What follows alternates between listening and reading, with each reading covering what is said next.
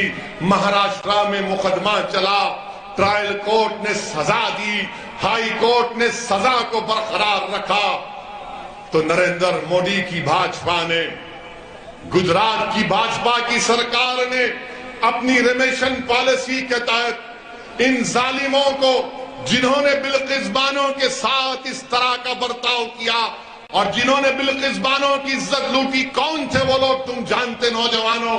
وہ بلقیس بانو کے پڑوسی تھے، جس کو بلقیس بانو چاچا کہہ کر پکارتی تھی۔ جس دن بلقیس بانو کا ریپ ہوا،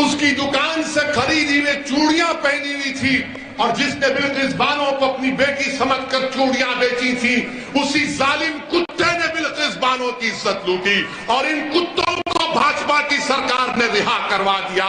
بتاؤ بھاجپا کی سرکار، آپ ایسے کتوں کو چھوڑتے ہیں جو مہیلاؤں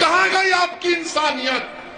بلقیس بانو مسلمان کا ایشو نہیں ہے، بلقیس بانو مہیلاؤں کا ایشو نہیں ہے، بلقیس بانو انصاف کا مدعا ہے، اور انصاف پکار پکار کر بھارت کے پردھان منتری سے پوچھ رہا ہے کہ بتاؤ بھارت کے پردھان منتری، آپ نے کہا تھا کہ بیٹی بچاؤ بیٹی بچاؤ، کیا بلقیس بانو آپ کی بیٹی نہیں تھی پردھان منتری؟ بتاؤ ہم کو آپ، کیا بلقیس بانو آپ کی بیٹی نہیں تھی؟ بھاجپا والوں، کیا بلقیس بانو سے جو برتاؤ کیا گیا، بتاؤ کیا ظلم ہوا بلقیس بانو پر؟ آج بلقیس بانو اپنے گاؤں کو جانے سے ڈرتی ہے، بلقیس بانو اپنے گاؤں کو جانے سے ڈرتی ہے، اور کیا کانگریس نے بلقیس بانو کا نام لیا؟ تم نے سنا کانگریس کے نیتاؤں کی زبان سے بلقیس بانو کا نام؟ کسی اور کو جھاڑو والے نے نام لیا بلقیس بانو کا نہیں لیں گے۔ کیوں نہیں لیں گے؟ کیونکہ ان کو معلوم یہ لوگ کچھ بھی ہو جاؤ غلام میں ہم کو ووٹ ڈالیں گے۔ میں تم سے اپیل کر رہا ہوں کہ تم سوائے اللہ کے کسی کے غلام نہیں ہو، تم کسی کے غلام نہیں ہو۔ میرے عزیز دوستوں اور بزرگوں، یہ بلقیس بانو سے ایسا کیا گیا، اور بتائیے بھاجپا کی نریندر مودی کی سرکار دلی میں اس کی اجازت دے دی کہ ہاں ان کو چھوڑ دو۔ اور کیوں چھوڑا گیا ان ظالموں کو؟ ان ظالموں کو کیوں چھوڑا گیا؟ کیونکہ چھوڑنے والے نے کہا کہ یہ برہمن تھے، سنسکاری تھے۔ کسی ایک مہیلا کی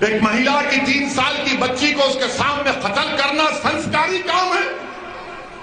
میرے عزیز دوستوں اور بزرگوں، یہی ناانصافیوں کے خلاف ہم آپ سے اپیل کر رہے ہیں کہ آپ مجلس کا ساتھ دیجئے۔ ڈرنے اور گھبرانے کی ضرورت نہیں ہے آپ کو، انشاءاللہ تعالی ہم اور آپ مل کر یہ تمام ناانصافیوں کے خلاف آواز اٹھاتے آئے ہیں اور لڑائی لڑتے رہیں گے۔ میں آپ کو یاد دلانا چاہ رہا ہوں کہ تم جانتے نوجوانوں اسماء بنت ابوبکر کون تھی؟ اسماء بنت ابوبکر کون تھی؟ اسماء بنت ابوبکر حضرت صدیق اکبر کی صاحبزادی تھی۔ جب غار سور میں رسول اللہ صلی اللہ علیہ وسلم صدیق اکبر کے ساتھ تھے تو حضرت اسماء بنت ابوبکر گھر سے کھانا پکا کر اتنی اونچی پہاڑی پر روز جا کر کھانا دیتی تھی۔ تو رسول اللہ صلی اللہ علیہ وسلم نے ان کو کہا، ان کو لقب دیا کہ یہ ذات و نعت و خوان ہے۔